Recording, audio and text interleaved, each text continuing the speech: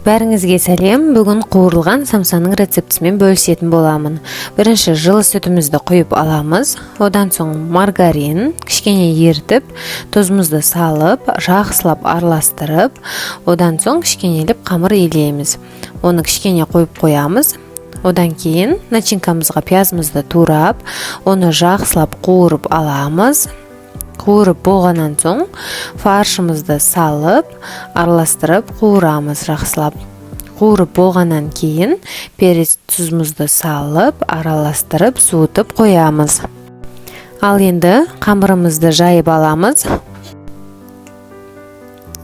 Осылай басып, енді жаямыз. Қамыр қатты қалың емес, қатты жұқа емес, орташа болу керек.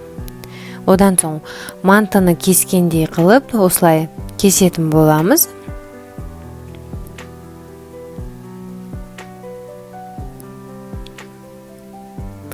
Осылай кесіп аласыздар, төртбұрыштілеп.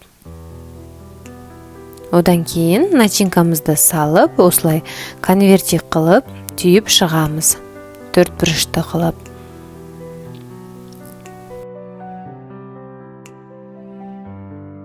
Түйіп болғаннан соң майымызды қыздырып, салып, екі бетінен қуырып аламыз. Қуырып болғаннан соң алып, сүзіп аламыз. Міне дайын. Ас болсын, ұнаса подписка жасап кетіңіздер.